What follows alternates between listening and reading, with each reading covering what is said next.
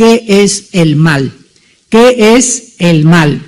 La mayor parte de los ateos, como lo hemos podido venir estudiando, usan como excusa el no creer en Dios o negarse a creer en un Dios simplemente por la existencia del mal.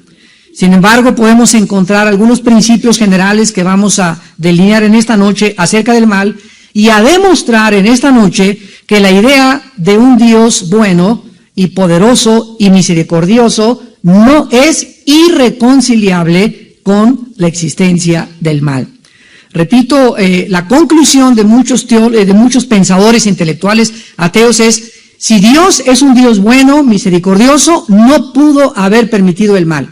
Y si el mal existe es porque Dios no es bueno, misericordioso, ni puro. Sin embargo, lo que para ellos parece irreconciliable e incongruente, la Biblia nos muestra el eslabón y la puerta para que podamos nosotros comprender perfectamente bien que no es irreconciliable estas dos posturas. ¿Cuál es la naturaleza del mal? Vamos a comenzar a entender qué es lo que nosotros le llamamos mal. Nosotros le llamamos mal a las malas acciones, por ejemplo, a los asesinatos, a gente como Hitler, genocida, como Charles Manson en Estados Unidos, como Al Capone. Decimos, esas personas son malas, porque son genocidas, porque mataron, porque asesinaron, porque violaron. Le llamamos mal también a todas las cosas que perturban nuestra comunidad, como la lluvia, los tornados, los huracanes, las inundaciones. Así que cualquier cosa que para nosotros no podemos calificar como buena, la calificamos como mala. Pero sin embargo, ¿qué cosa es lo que hace que estas cosas sean malas? Vamos a pedir atrás que por favor se sienten, por favor. ¿Qué cosa es lo que hace que estas cosas sean malas o que estas personas sean malas?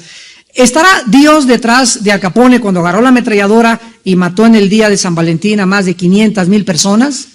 ¿Estará Dios detrás de Hitler cuando Hitler mandó masacrar a todos los judíos? ¿Fue Dios el que se le metió a Hitler y que le dijo que hiciera esta masacre?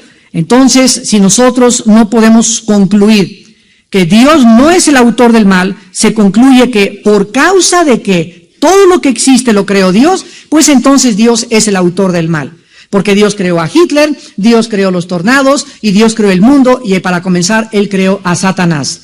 Entonces vean ustedes la línea de pensamiento y cómo va el razonamiento y la lógica de los seres, de los filósofos, por lo que concluyen equivocadamente en lo que concluyen. Vamos a comenzar en esta noche a contestar, en primer lugar, de dónde provino el mal o de dónde se originó el mal. En el principio Dios era lo único que existía.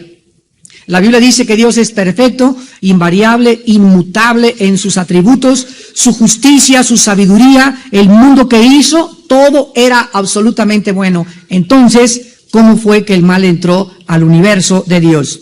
Si la primer pareja humana era perfecta, Adán y Eva, ¿por qué se rebelaron contra Dios? Y si se rebelaron contra Dios, otros concluyen que no eran perfectos. Cuando alguna persona afirma no creer en Dios, porque si Dios existiera, no hubiera permitido la existencia del mal en el universo, esta persona, en primer lugar, tome nota, está manifestando una falta total de honestidad filosófica. Voy a explicarlo. Si alguien me dice, yo no puedo creer en Dios, porque hay mal en el mundo y porque si Dios existiera, etcétera, etcétera, no pasaría lo que está pasando, es una falta de honestidad filosófica. ¿Por qué? Porque más bien esa persona, si fuera honesta filosóficamente, debería de concluir diciendo, quisiera que, fíjense qué diferencia, si hay un Dios que me explicara por qué existe el mal en el universo.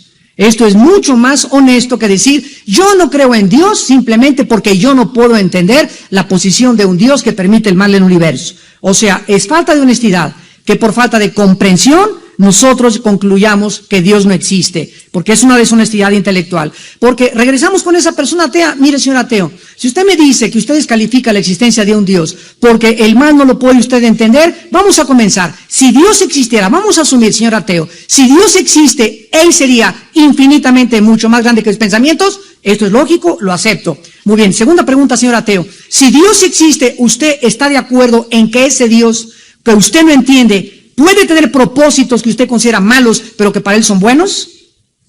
Lo acepto definitivamente. Entonces, cierre la cabeza y el cerebro de ostión que tiene. Si vamos de una forma honesta a concluir que existe un Dios, es lógico que no podamos entender los propósitos que Él tiene, que lo vamos a demostrar, y que nosotros le llamamos malos. ¿Por qué? Porque para que podamos entender los propósitos de Dios, que para nuestra mente son malos, tenemos que entender la mente de Dios. Número uno. Número dos, para entender la mente de Dios, desde nuestra finitud, sería fundirnos los fusibles. Sería una imposibilidad intelectual. Y en tercer lugar, la Biblia nos revela que si algún ser humano quiere comprender la mente de Dios, jamás lo hará por sus propios razonamientos ni conclusiones filosóficas. Si algún ser humano quiere entender la mente de Dios, es necesario que sea Dios quien te revele su mente. Y por eso cuando venimos a la Biblia, hay personas que muy cultas, muy letradas, doctorado en ciencias políticas, en filosofía y letras, etcétera, etcétera, en sociología, y chocan con la Biblia, y esto es una contradicción, y por qué hay guerras, y por qué mandó matar a estos animales, y por qué Dios mandó matar a los cananitas. La mente humana, al venir a la revelación de Dios, choca contra la revelación de Dios, porque la Biblia es la mente de Dios, y los pensamientos de Dios son mucho, mucho más altos que nuestros pensamientos. Es lo mismo que un niño de 3 años comienza a leer a Descartes, a Demóstenes o a Aristóteles. Choca, no entiende, y como no entiende, ¿qué hace? Cierra el libro de filosofía, porque es natural que a los 3 años no pueda leer filosofía de Descartes o de Demóstenes. Un niño de 5 años agarra un libro de álgebra o cálculo diferencial y comienza a tratar de por qué esta incógnita, por qué raíz cuadrada, y no sabe ni siquiera sumar el niño. Entonces, ¿qué va a hacer el niño? Yo no lo entiendo y rechazo eso. El hecho de que tú rechaces eso no implica que no haya una verdad, pero el hecho de que tú no lo entiendas tampoco implica que sea la negación de una verdad absoluta. ¿Me van entendiendo? O si no, lo van a entender el mes que entra. Ahora, muy bien, cuando Dios creó a sus criaturas, vamos a comenzar en este momento, ¿de dónde viene el mal? Cuando Dios crea todas las cosas que existen, y cuando Dios creó a sus criaturas, las creó con la característica, esto es lo más importante que un cristiano debe de saber, para poder ayudar a la gente a comprender. Cuando Dios creó las criaturas, y vamos a comenzar que antes de la creación de nosotros, Dios creó a los querubines, a los serafines y a los ángeles, a los 4 seres vivientes, y tal vez los ancianos también que están en Apocalipsis 4, ya estaban en el programa y en la mente de Dios. Desde que Dios creó a los serafines, a los querubines, que son las primeras criaturas que Dios creó, Dios las creó con la característica más grande que poseemos, la facultad de hacer decisiones morales libremente. Dios creó a las criaturas con la facultad de la libertad. Yo no puedo tener libertad solo para escoger el bien. Si realmente soy una criatura libre, yo necesito tener libertad para escoger hacer el bien o hacer el mal. De otra manera, sería una libertad restringida. Veamos esta verdad en la segunda carta de Pedro, capítulo 2. Segunda de Pedro, capítulo 2. Dice la Biblia en el versículo 4, porque si Dios no perdonó a los ángeles que pecaron.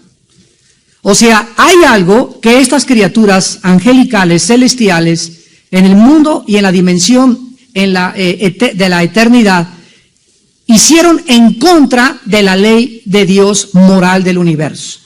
Por lo cual Dios no los perdonó. Y sabemos que esta cantidad o este grupo de ángeles a quienes Dios les dijo, para ustedes no hay perdón, son la tercera parte de toda la creación angelical que Dios hizo en el cielo, que se rebelaron con Satanás. Ahorita vamos a abordar el problema de Satanás. Entonces, una tercera parte de los ángeles cometieron un acto tan abominable, y es otra cosa que los seres humanos no entendemos. Lo que para nosotros es pecado no tiene la gravedad que la tiene para Dios.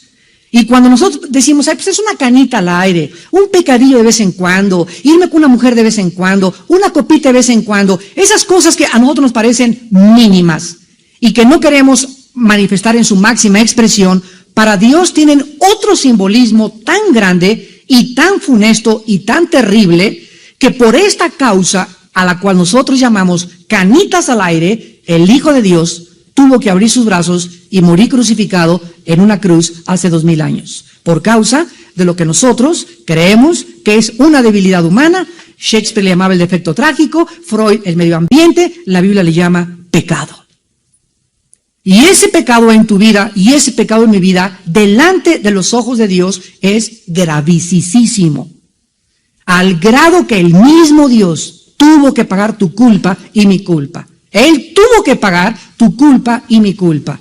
La muerte de Cristo en la cruz no es un chiste. Y si fuera un chiste y fuera algo vano y superficial y no perdonó Dios a su Hijo, quiero decirte, ¿cómo crees que te va a perdonar a ti si tú mueres en tus pecados? Dios no perdonó a los ángeles que pecaron, dice la Biblia, sino que arrojándolos al infierno, los entregó a prisiones de oscuridad para ser reservados al juicio. Aquí la palabra infierno no es Gehenna, la palabra infierno donde están los espíritus humanos. Aquí esta palabra se refiere al Abadón, o a un lugar, ahí lo dice, prisiones de oscuridad, y ahí están guardados estos ángeles para ser reservados en el día del juicio. Entonces hay un grupo de la tercera parte de los ángeles que pegó con Satanás. Hay otro grupo de ángeles a quienes Dios encerró en prisiones y están esperando el día del juicio. ¿Qué significa esto? Que si Dios no los perdonó es porque ellos eran libres para someterse a Dios voluntariamente y eran libres para rechazarlo. Ellos rechazaron en contra del conocimiento de la ley de Dios, se rebelaron en contra de la luz tan grande que tenían delante de Dios, se rebelaron y por eso Dios no tuvo perdón para ellos. Lo mismo que si tú te vas al infierno, ya en el infierno jamás tendrás el perdón de Dios. El perdón de Dios se manifiesta cuando la gracia de Dios está en operación. Y ahorita estamos en un tiempo que se llama de gracia.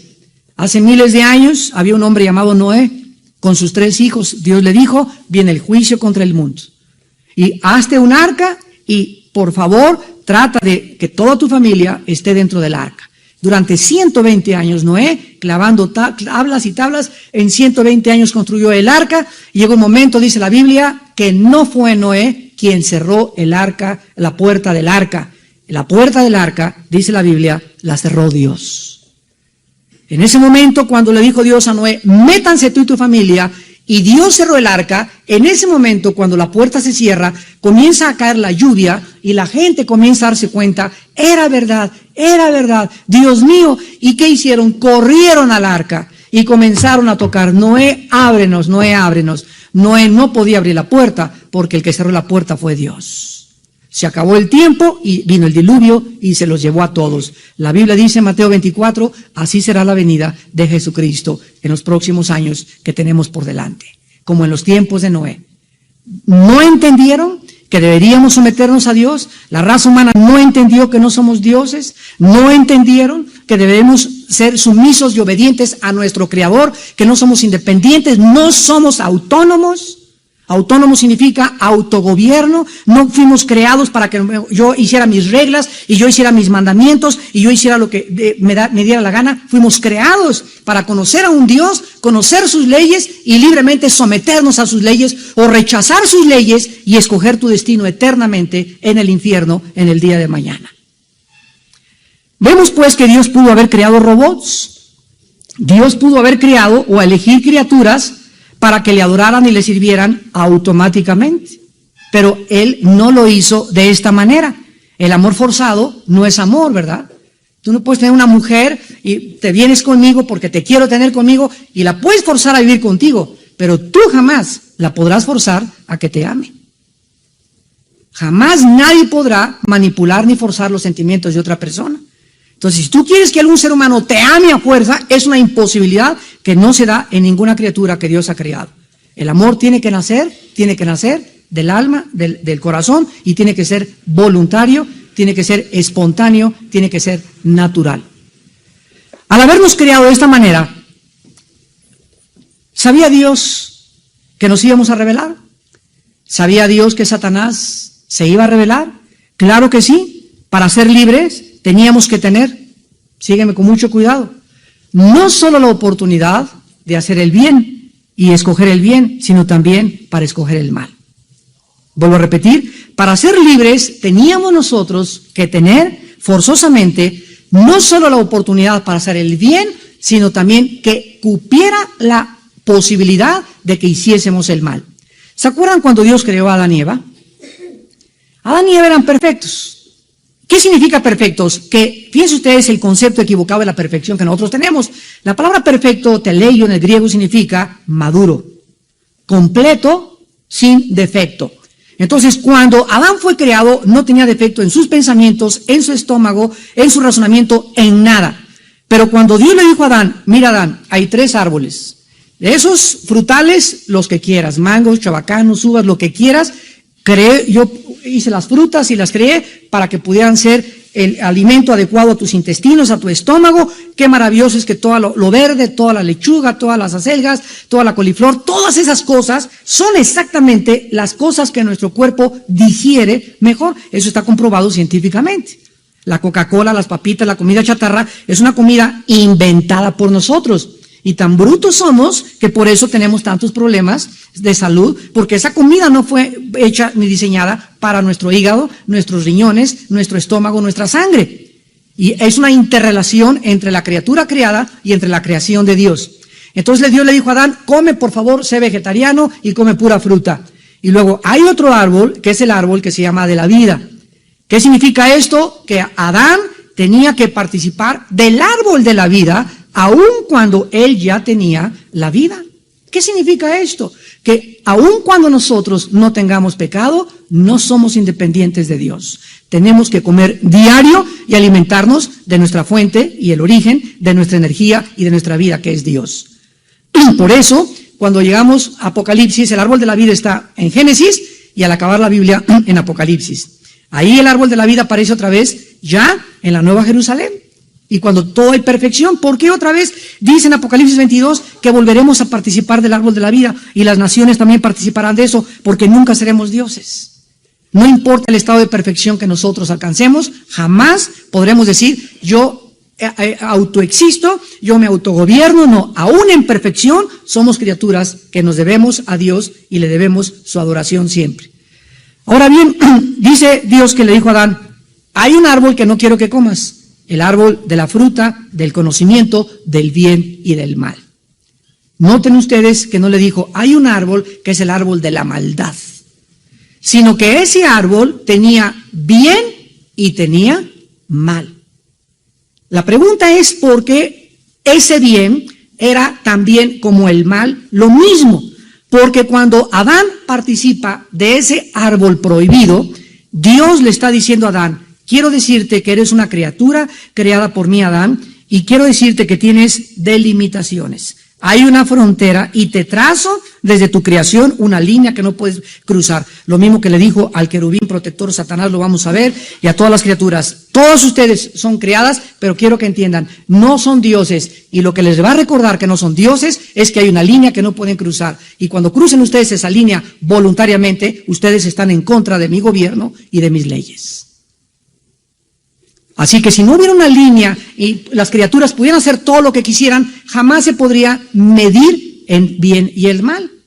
Pero había la posibilidad dentro de Adán de que él escogiera voluntariamente decirle a Dios, sí Señor, te obedezco, no voy a comer de ese árbol y voy a seguir siempre tus mandamientos. Pero Adán y Eva, nos damos cuenta, no fueron creados tampoco robots. Fueron creados con la posibilidad de escoger libremente algo que los animales no tienen.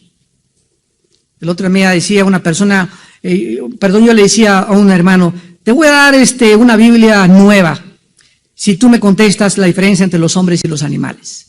Y me dijo, la crin, nada, la crin de los caballos, ¿verdad? La cola, tampoco la cola. ¿Cuál diferencia? Que nosotros somos los únicos que caminamos erguidos. Y hasta los mismos changos se tienen que arrastrar y tienen que apoyar todas sus extremidades en el suelo. Le dije, tampoco la diferencia.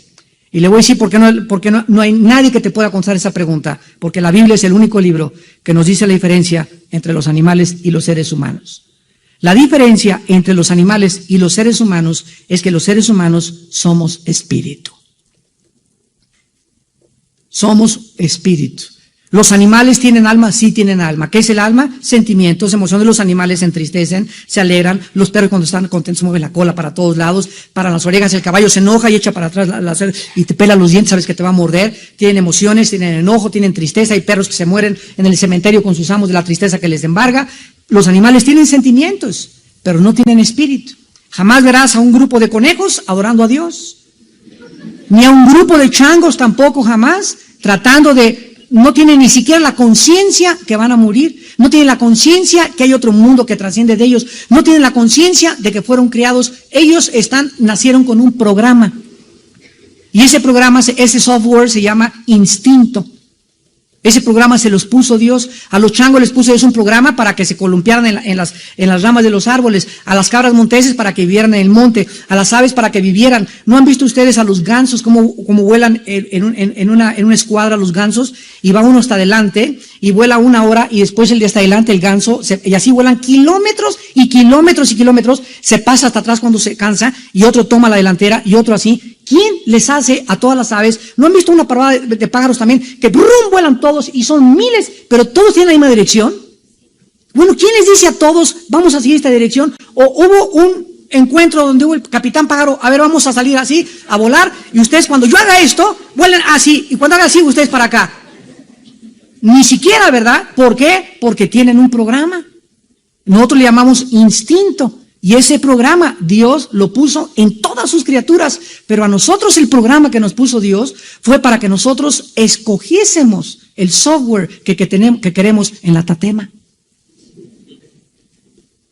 Y si tú quieres el software de Marx, métete que te lave el cerebro Marx. Si quieres el software de Sigmund Freud, métete el programa de Sigmund Freud a tu mente. Si quieres el de la inmoralidad y yo soy libre, me acuesto con el hombre que quiere, con el amor que quieres, no hay ningún problema. Traes el software de Sodoma y Gomorra. Te puedes meter el programa, ahí consiste nuestra libertad. Ay, amigo, es que a ti te lavaron el cerebro, Armando, pero ¿quién me lo lavó? ¿Quién te lo lavó a ti? Le pregunté. Ahí me lo lavó Jesús y mira que necesitaba un buen lavado. Y si no comprendemos esto, que en esto consiste la característica más grande, que somos agentes morales, libres, responsables.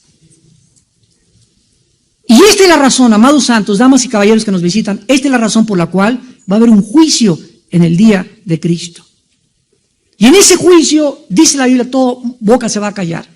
Y nadie en ese juicio va a argumentar, fuiste injusto, me escogiste para que yo fuera malo, nunca me ayudaste. En ese juicio, Dios, ante sus santos ángeles, querubines, serafines y las criaturas del universo, demostrará al universo entero que las personas que se fueron al infierno, Él no las mandó.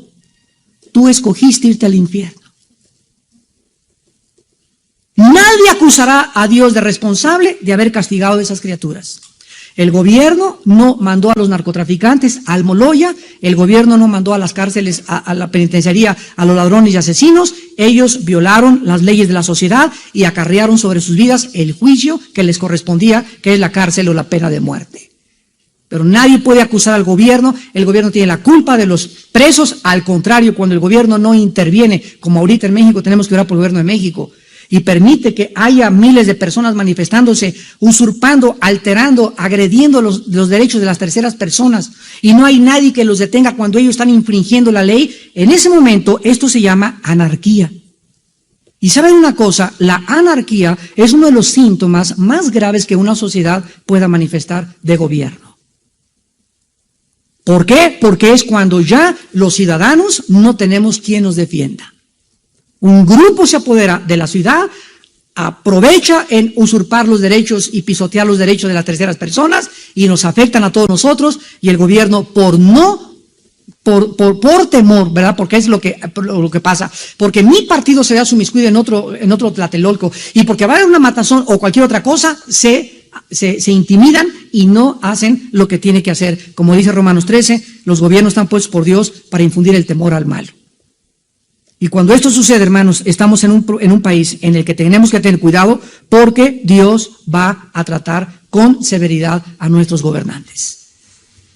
Apunten por favor lo siguiente: la imperfección proviene del abuso de nuestra perfección moral.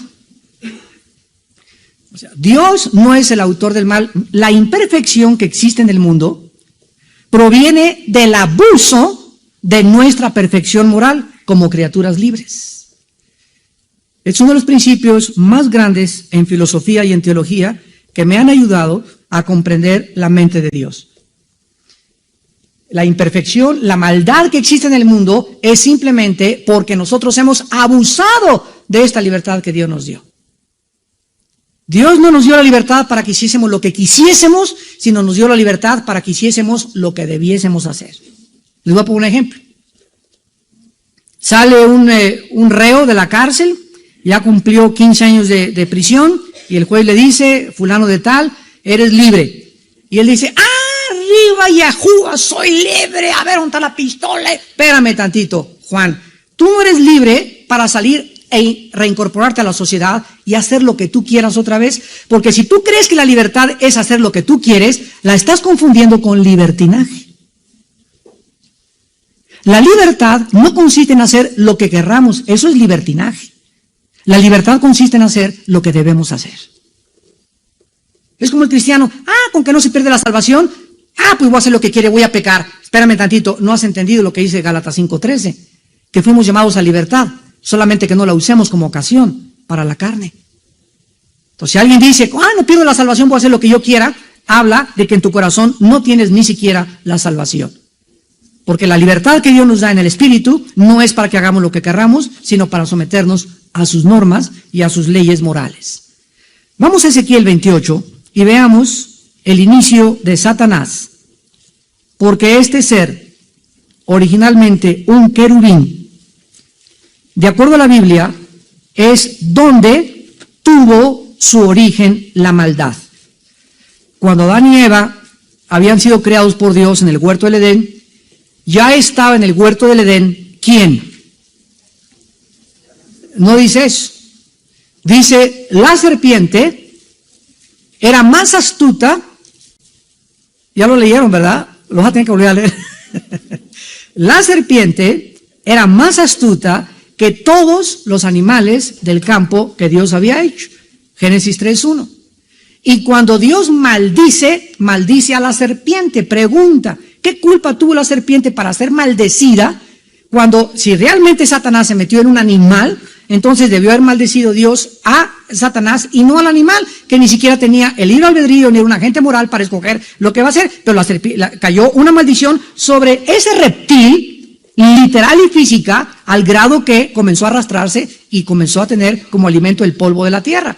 Y aunque hay una lección espiritual detrás de esto, también hay una lección física y literal. Pero la Biblia dice que era una serpiente. ¿Qué significa esto? Espérense tantito. Vamos a Ezequiel 28 y lo vamos a explicar. Versículo 14 al 15. No, la Biblia es maravillosa. Y hay veces que leemos y creemos que la leímos y no la hemos leído como la deberíamos de leer. En Ezequiel 28, versículo 14 y 15, comienza el Espíritu Santo mencionando y diciéndole a esta criatura, tú, querubín grande protector. La palabra querubín, a los que les interese la palabra hebrea queruf, con K y B grande al final, queruf, significa el que adora o bendice. Imagínense nada más. Vamos por partes. Satanás era el director de la adoración de Dios en el universo. Satanás era el que dirigía, esta palabra querub también en el hebreo también significa alabar. Él dirigía los coros angelicales, él hacía que toda la adoración del universo fuera canalizada y llevada y centrada a Dios. Ahora, aquí se le define con dos calificativos. En primer lugar, se le dice grande. Y esta palabra grande es una palabra que en el hebreo es mishak, y significa ungido. Tú, el que alababas, adorabas, bendecías, ungido de Dios. ¿Qué epítetos, qué calificativos? No hay nada que se le pueda comparar a esto, a una criatura de Dios. Y también se le llama protector. Y aquí es una palabra muy interesante hebrea que es sakak. Sakak con doble K y S. Sakak. Y protector significa el que pone un cerco alrededor o el que cuida. ¿Se acuerdan ustedes en Génesis 2, es la misma palabra hebrea, cuando Dios creó a Adán y no había pecado, ¿Qué órdenes le dio? 2 órdenes le dio Dios a Adán. 1, labra el huerto. Y 2, cuídalo. Ya lo leyeron, ¿verdad? O lo vas a volver a leer en la noche, en Génesis 2. Fíjense ustedes que Dios le da la orden a Adán de cuidar el huerto. Yo siempre me preguntaba, ¿cómo que lo cuidara? Y es la misma palabra, sacac, ¿lo cuidara de quién? O sea, Dios ya sabía que Satanás se encontraba en el huerto. Y la responsabilidad de Adán era nunca dejar papalotear a Eva. No dejarla que anduviera ahí, ¿verdad? Porque la mujer innatamente es curiosa. Ahora fíjense ustedes, cuando Dios le dijo al hombre, de ese árbol no comerás, Eva no había sido creada. Esto fue en Génesis 2, 15 al 17. Y Eva es creada hasta el final del capítulo 2 del Génesis, después de los animales. Porque cuando Dios crea a Adán, le trae al elefante y dice, la elefanta no las conmigo. La tigresa tampoco. La leona tampoco. Y cuando Dios le trae a Eva y la saca de su material genético, ya explicamos que esto tiene una relevancia científica también porque el hombre tiene 2 cromosomas, el XY, la mujer tiene 2 cromosomas XX. Entonces, si Dios hubiera sacado del material genético de la mujer al hombre, hubiera sido una raza híbrida, porque la mujer carece del cromosoma Y. Pero cuando Dios saca a la mujer del material genético de la cromosoma XY a la mujer del hombre, entonces se pudieron interrelacionar y reproducir, porque la mujer ya pudo tener también, y es lo que determina si nace varón o nace hembra. Bueno, esa es la relevancia científica de eso. Pero cuando Dios le trae la mujer a Adán, ¿qué fue lo primero que dijo Adán?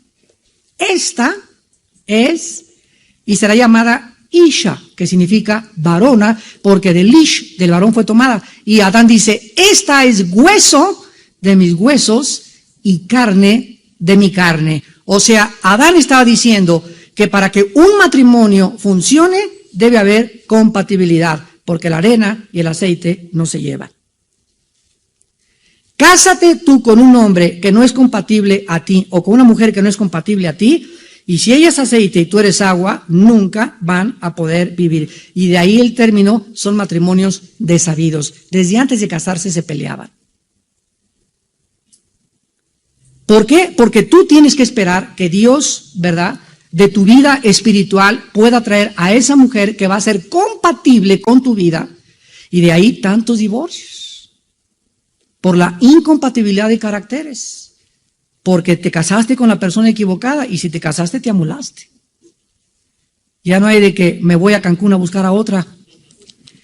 Entonces Dios le trae a esta mujer y entonces cuando Satanás ataca a la mujer en el huerto del Edén, por eso la Biblia, no se preguntaban también ustedes, ¿quién cayó primero, Eva o Adán? Eva, pero la Biblia dice lo contrario. Dice la Biblia, no le echamos la culpa a la mujer, dice la Biblia que Eva fue engañada, pero que Adán pecó deliberadamente. Yo siempre me preguntaba, ¿y por qué nos echan la culpa a nosotros cuando fueron ellas? Cuando fueron ustedes. ¿Por qué? Porque ella no tenía la revelación de Dios directa, sino que Dios le dijo a Adán, Adán, a ti te hago responsable, tú tienes que cuidar que tu mujer no coma de ese árbol. Y entonces Adán se lo transmitió a su mujer. Eva no recibió directamente de Dios la orden, la recibió del hombre. Fue triangulada la orden que Adán le da a Eva. Y como estaba triangulada y Dios no le dio a Eva la orden, no comas del árbol, el hombre era responsable y el hombre tenía que cuidar precisamente porque Dios sabía que en ese huerto estaba una criatura que iba a servir también de los planes de Dios para probarlos a ellos y tenía que cuidar de que su mujer no cayera en la trampa. La pregunta es, ¿cuándo Eva se acerca y tiene la conversación con esta serpiente? ¿Dónde estaba Adán? No estaba durmiendo porque el dormir es cuando entró, dice mi esposa que vio en el partido Chivas América. No estaba durmiendo porque no dormían. El sueño entró cuando entró el pecado. Y cuando Dios sacó a Eva de Adán, lo puso a dormir. Fue la primera operación anestésica sin cloroformo. Pero Adán y Eva no dormían, ¿verdad? No estaba el ser humano con la necesidad. ¿Qué es el sueño? El reponer energías después de 18 horas de trabajo. Eso entró ya cuando entró el pecado. ¿Dónde estaba Adán? La Biblia no nos dice dónde estaba Adán, sería inútil especular. Regresamos a Génesis. Sentido común. Ezequiel 28, por eso se le llama a Satanás querubín grande protector. Todo esto es muy importante para que tengamos un trasfondo teológico. O sea, Satanás, ahora la pregunta es la siguiente. Si este querubín ha sido el ungido, el director de la alabanza, etcétera, etcétera, ¿de qué cosa tenía que proteger el trono de Dios? ¿Nunca se lo han preguntado? Yo tampoco, no sé si es cierto. Bueno, cuando la Biblia dice que Satanás fue creado como el protector de los ángeles de Dios, es porque Dios sabía que existía en todas las criaturas que Él creó la posibilidad de que cualquiera de ellos escogiera no seguir adorándolo libremente. Y aquel que fue llamado para proteger y guardar el trono de Dios fue Él precisamente, esta criatura, de donde nació el pecado y el origen de la maldad. En la criatura más grande y más poderosa que Dios creó. La lección espiritual es inmediatamente relevante y entendible. No importa lo cerca que estés de Dios, en ti existe y en mí también la posibilidad de revelarnos, aun cuando hayamos alcanzado un nivel espiritual elevadísimo con Dios. El que piensa que está firme, mire que no caiga. El que crea, no, yo anoche hablé en lenguas, hermano. Anoche vi volar a Miguel, así pasó por arriba del techo en mi casa, hermano. Tuve apariciones de ángeles. Yo sé que soy el profeta de Dios, me dicen el apóstol.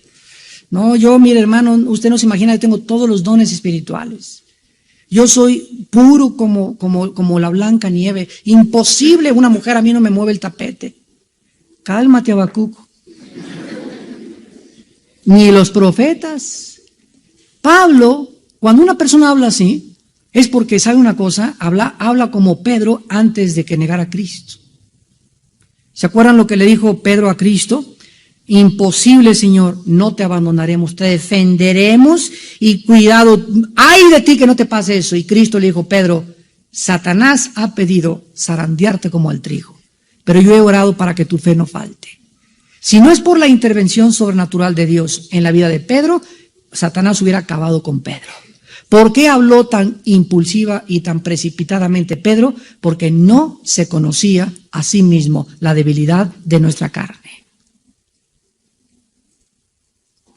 Pablo era un hombre que decía en Filipenses, yo no soy de los que confían en la carne. ¿Qué significa esto?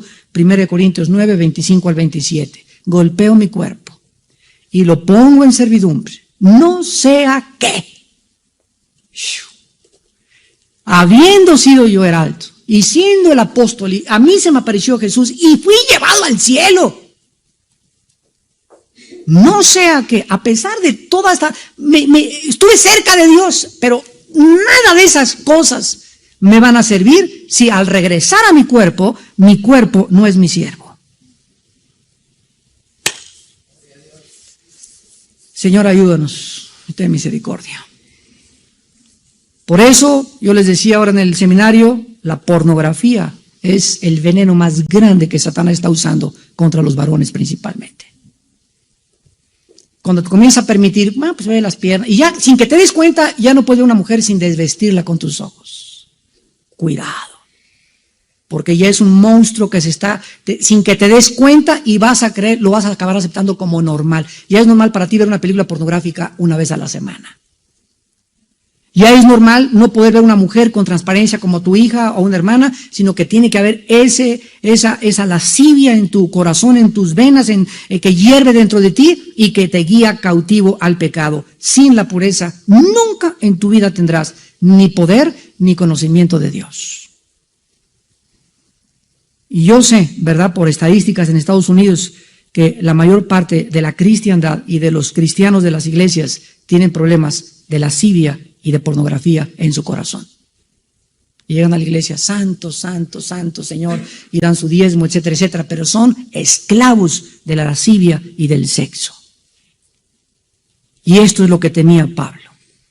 Y cuando llegue el juicio de Dios sobre tu vida, será demasiado tarde si tal vez en esta noche que oyes su voz no te arrepientes. Y le pides a Dios que te ayude a romper esas cadenas tan horribles de ese veneno que es peor que la heroína, que la cocaína, que el alcohol y que el tabaco.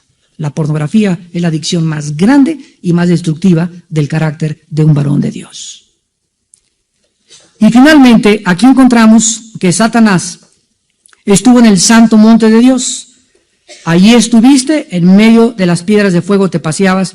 Perfecto eras en todos tus caminos. La palabra perfecto es la palabra tamim en el hebreo, con te tamim, y significa completo, maduro, sin defecto, igual que Adán. Perfecto eras en todos tus caminos, desde el día que fuiste creado hasta que se halló en ti.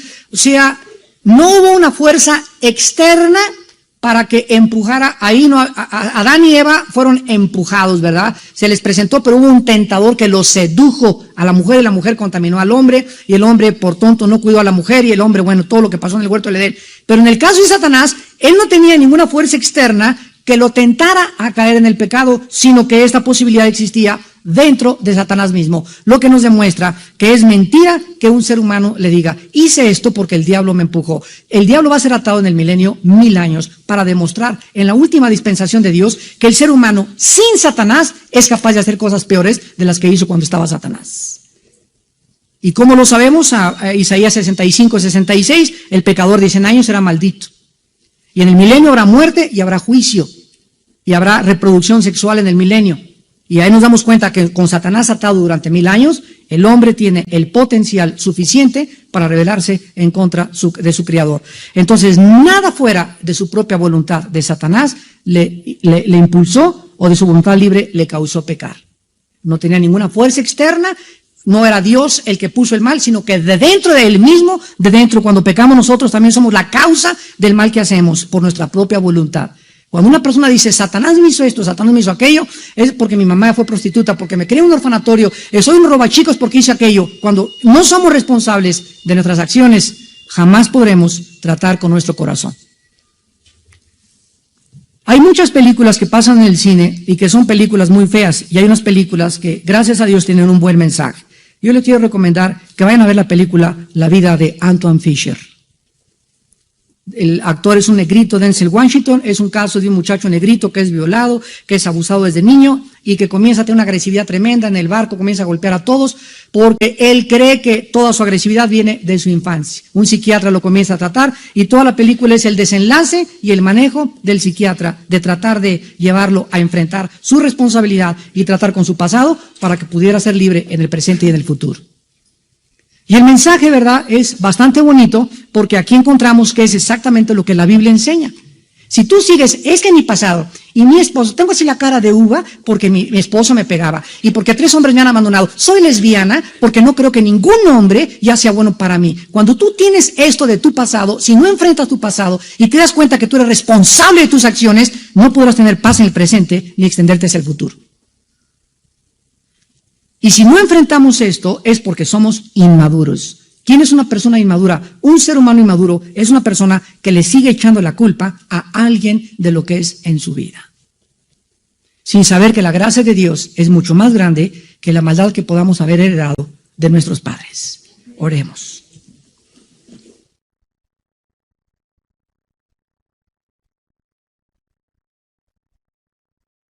Porque no podemos conocerte sin conocer a tu Hijo Jesucristo. Jesús les dijo a los discípulos antes de morir, no se turbe su corazón. Si creen en Dios, crean también en mí. En la casa de mi Padre hay muchas moradas. Si así no fuera, yo os lo hubiera dicho. Pero si me fuere y os prepararé el lugar, vendré otra vez. Vendré otra vez. Y os tomaré a mí mismo para que donde yo estoy, ustedes también estén. Tomás le preguntó, Señor, no sabemos a dónde vas, ni sabemos el camino. Jesús le contestó, yo soy el camino, yo soy la verdad y yo soy la vida. Si a mí me conocen, conocerían a mi Padre. El que me ha visto a mí, ha visto al Padre. Y si algún ser humano quiere conocer a Dios, no puede saltarse a Jesucristo, porque Jesucristo vino al mundo a revelarnos al Padre. Y nadie más que Jesús es el canal, el medio, el mediador entre Dios y nosotros. No hay otro nombre dado bajo el cielo que Dios haya escogido para nuestra salvación y para conocerlo a Él, más que Jesucristo. Te damos gracias, Jesús, porque tú también dijiste cuando estabas en este mundo: te alabo, Padre, y te doy las gracias. Porque estas cosas, las cosas que estamos estudiando, las escondiste de los sabios y de los entendidos y se las revelaste a los niños. Si algún ser humano quiere conocer a Dios, tienes que convertirte como un niño, dócil, inocente, puro, manso de corazón, como son los niños, sin prejuicios, aceptando con un corazón abierto la enseñanza del Espíritu Santo, con mansedumbre para recibir la palabra de verdad en tu corazón. Y Dios nos llevará de gloria en gloria, de misterio en misterio, de profundidad en profundidad, porque lo profundo atrae a lo profundo, lo semejante atrae a lo semejante. Dios, gracias porque, oh profundidad de las riquezas de la ciencia y el conocimiento de Dios. Cuán insondables son sus caminos e inescrutables sus riquezas. Hay demasiadas cosas maravillosas que no entendemos que Dios ha hecho, pero que le ha agradado enseñárselas a aquellos que quieren pagar el precio de entenderlo, a aquellos que le buscan, que son puros en su vida y que aman la verdad. Padre, en esta noche te pedimos que salves las almas y todas estas personas en esta noche que nos acompañan, que no tienen a Jesús aún en su corazón, que en tu vida hay pecado y tú lo sabes. Las buenas noticias son que Dios proveyó en la cruz la solución y la cura para tus pecados y mis pecados. Las buenas noticias del Evangelio son que no tienes que pagar tú ni yo por nuestros pecados. Jesús vino al mundo a decirnos que Él venía a pagar en nuestro lugar, a morir como nuestro sustituto, para que nosotros recibiésemos su justicia y Él nuestra culpabilidad en esa cruz. Dios hizo un intercambio en la cruz del Calvario. Ponía nuestras culpas y pecados en el cuerpo de su Hijo, y la justicia y santidad de su Hijo nos la imputaba a nosotros. Oh Dios, gracias porque Él muere para que nosotros vivamos y pague el castigo para que nosotros seamos libres del juicio final. ¿Qué tengo que hacer en esta noche?, me preguntarás, para entrar con Cristo en una relación. Arrepiéntete de tus pecados en primer lugar. Arrepiéntete. Está dispuesto a abandonar la clase de vida que llevas. Cree que Dios tiene el poder para ayudarte a salir de donde tú te encuentras. Arrepiéntete. Reconoce que estás equivocado, equivocada. En segundo lugar, cree que Jesús es el Salvador y que fuera de Cristo tu vida y mi vida no tienen esperanza. Que Él es el que pagó en la cruz y Él es el único Mesías, el Dios hecho carne. Y en tercer lugar, simplemente invítale a tu corazón. Ahí desde tu lugar dile a Jesús: Señor mío y Dios mío, en esta noche mi conciencia me dice que te necesito, que mi vida no puede seguir siendo la misma, que soy responsable delante de ti y que algún día, en el día de mi muerte, me llamarás a cuentas por todas las cosas que hice. Y en ese día de mi muerte, yo quiero recordar que tú moriste en la cruz por mí y que esta noche te invito a mi vida, para que pueda morir en paz y saber que alguien pagó en mi lugar y que gracias a esa muerte tú me vas a recibir después de esta vida para vivir eternamente en tu presencia. Señor Jesús, te pido que en este instante entres a mi corazón. Gracias por la sangre que diste en la cruz en mi lugar y que por tu muerte pagaste por mis pecados. Te recibo en este instante como mi Dios y mi Salvador, y te pido que ya no sea yo la persona que siempre he sido. Que obres en mí un milagro y que me cambies para vivir de acuerdo a tu ley y a tus mandamientos. En el nombre de Jesús. Amén. ¿Por qué permite Dios el mal? ¿por qué permite Dios el mal? La forma clásica de este argumento ha estado en controversia a través de toda la historia, y miren ustedes cómo la mente intelectual humana, sin la revelación de la Biblia, establece o postula, estos le podríamos llamar silogismos. Y son 4 puntos. Número 1, si Dios es bueno, así dicen muchos filósofos, Él podría destruir el mal. Si Dios es todopoderoso, no tiene ningún impedimento para destruir el mal. Pero el mal no ha sido destruido. 4 punto, por lo tanto Dios no puede ser bueno. Se dan ustedes inmediatamente cuenta en dónde se encuentra el error. El error se encuentra en lo siguiente, en que desde nuestra perspectiva humana, nosotros no podemos ver en una inundación, en un accidente, en un cáncer, en una muerte, nada bueno. No podemos ver que haya un propósito detrás de lo que nosotros llamamos malo, que valga la pena que haya sucedido lo que sucedió. ¿Me van siguiendo? En otras palabras, cuando Jesucristo murió en la cruz, para hacer un poco de memoria en la última clase, las personas que estaban paradas al pie de la cruz, nadie pudo imaginarse que en ese desangramiento, su cara deshecha, en esas espinas, en esa tragedia, en esa culminación en la cual en la cruz del Calvario colgaba ese hombre, ¿quién podía decir esto es lo más maravilloso para la humanidad? Nadie lo pudo haber discernido, ni tampoco lo pudo haber deducido, porque en ese momento ellos no podían ver que detrás de esa crucifixión se encontraba toda la sabiduría de Dios. Entonces, el problema está en que nosotros no creemos que haya un propósito para el mal. Y como nosotros creemos que no hay un propósito detrás de las cosas que le llamamos malas, entonces nos queremos hacer más perfectos que Dios.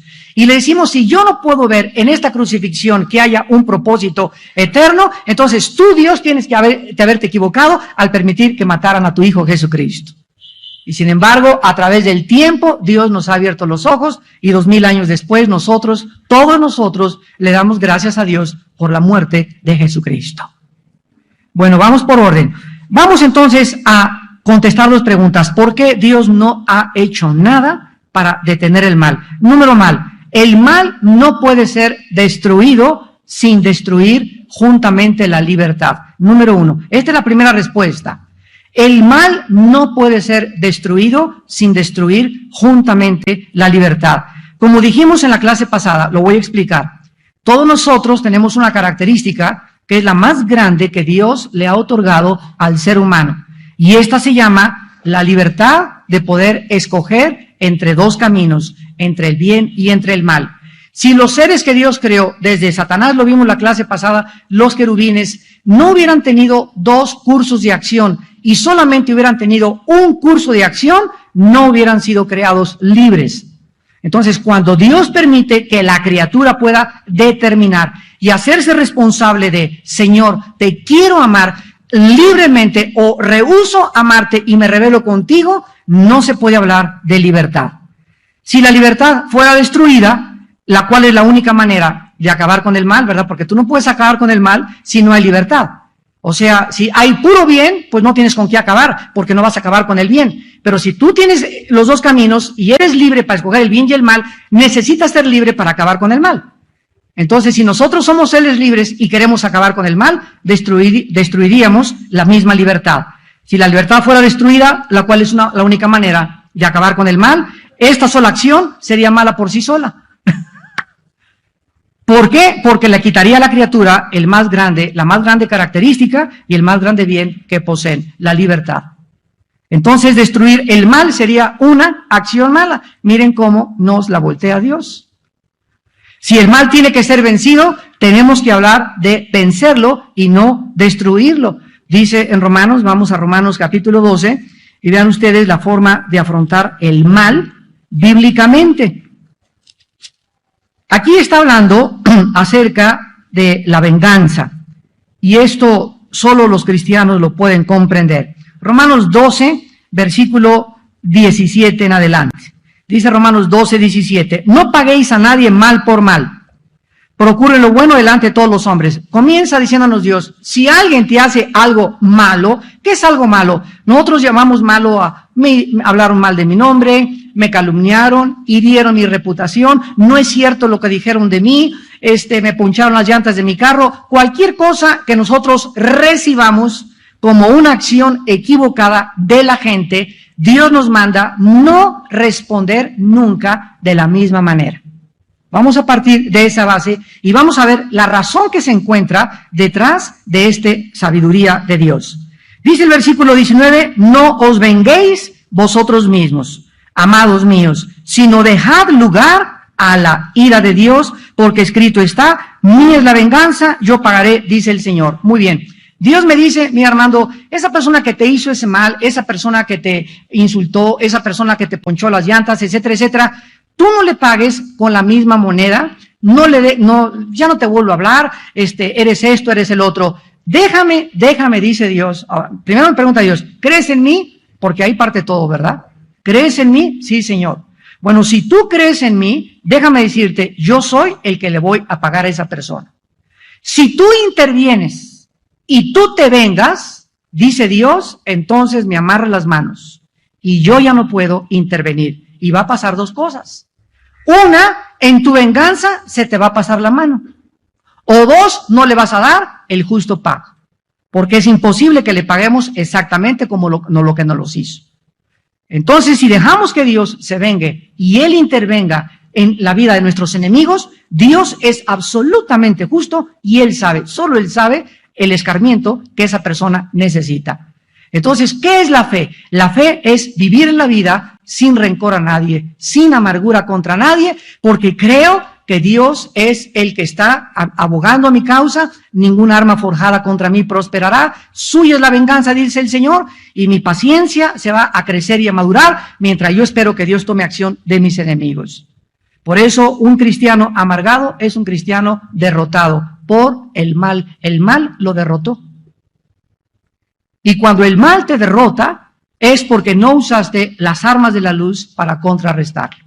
Entonces, si alguien te hace mal, o te dejó tu esposo, o tu novio se fue con otra, y tú te amargas, ¿qué estás haciendo? Estás guardando veneno, y estás diciendo, Dios mío, estoy frustrado, ¿por qué? Porque yo quería que fuera para mí mi Panchita, y yo quería que Chencho fuera para mí, y yo quería esta casa, y no es justo que mi esposo nos haya hecho esto, y no es justo que mi padre nos haya hecho esto. Tú estás en ese momento tratando de combatir las circunstancias, y estás enfrentándote con un dilema que escribió hace muchos años Demóstenes, un gran filósofo griego, y él dijo en esta frase, es inútil irritarse contra las circunstancias porque éstas permanecen impasibles ante vuestra cólera.